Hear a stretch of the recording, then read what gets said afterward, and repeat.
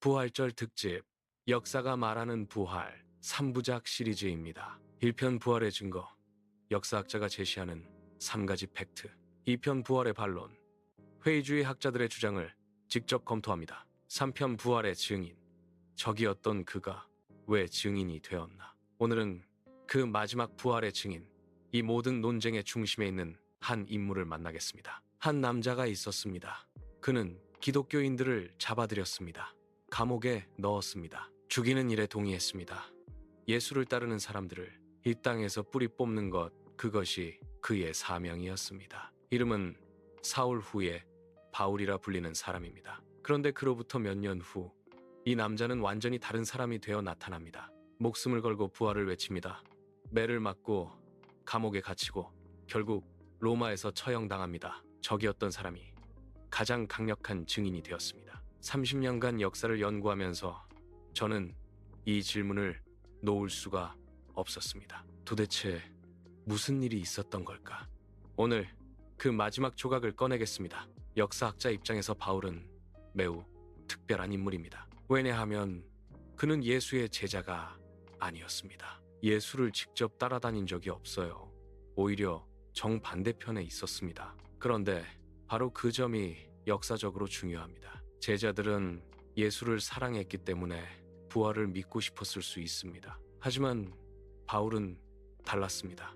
그에게 예수의 부활은 믿고 싶은 이야기가 아니었습니다. 그것은 자신의 삶 전체를 뒤집어야 하는 이야기였습니다. 그럼에도 불구하고 그는 바뀌었습니다. 첫 번째 사실, 바울의 회심 자체는 회의주의 학자들도 부정하지 않습니다. 바트 어만, 게르트 세테만, 존 도미닉 크로산, 부활을 부정하는 학자들조차 이 한 가지는 인정합니다. 사울이라는 사람이 기독교 박해자에서 기독교 전도자로 바뀐 것은 역사적 사실이다. 문제는 이겁니다.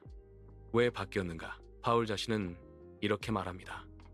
나는 부활하신 예수를 직접 보았다. 이것이 거짓이라면 바울은 스스로 꾸며낸 이야기를 위해 평생 고난을 자초한 사람입니다. 매를 5번 맞았습니다. 3번 태장을 맞았습니다. 3번 파선을 당했습니다. 결국 목이 잘려 죽었습니다. 역사학자로서 저는 묻습니다.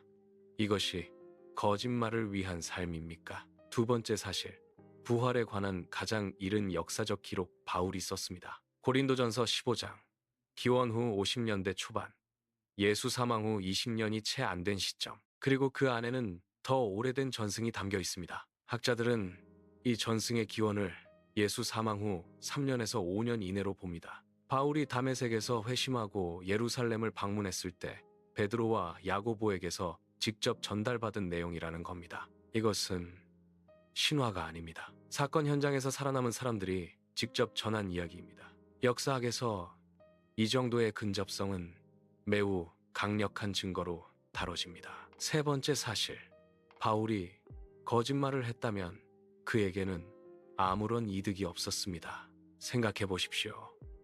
바울은 원래 어떤 사람이었습니까? 로마 시민권자, 당대 최고의 율법학자, 가말리엘의 제자, 유대 사회에서 탄탄한 앞길이 보장된 사람. 그런데 부활을 외치는 순간 그 모든 것을 잃었습니다. 지위를 잃었습니다. 공동체를 잃었습니다. 안전을 잃었습니다.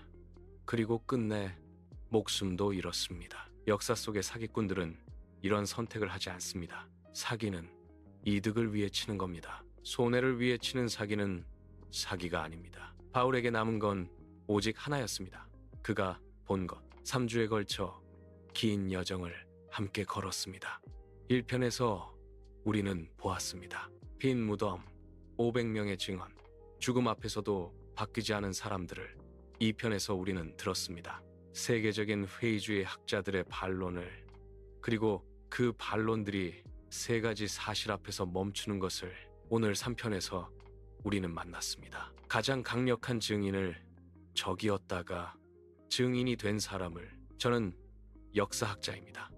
여러분에게 믿으라고 말할 자격이 없습니다. 하지만 역사학자로서 이것만은 말씀드릴 수 있습니다. 부활은 순진한 사람들이 슬픔 속에서 만들어낸 아름다운 거짓말이 아닙니다. 그것은 당시 가장 냉철했던 사람들이 가장 많은 것을 잃으면서도 끝까지 붙들었던 이야기입니다. 역사는 증명하지 않습니다.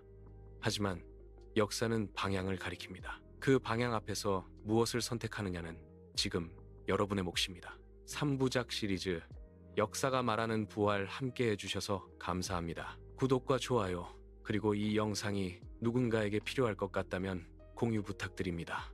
감사합니다.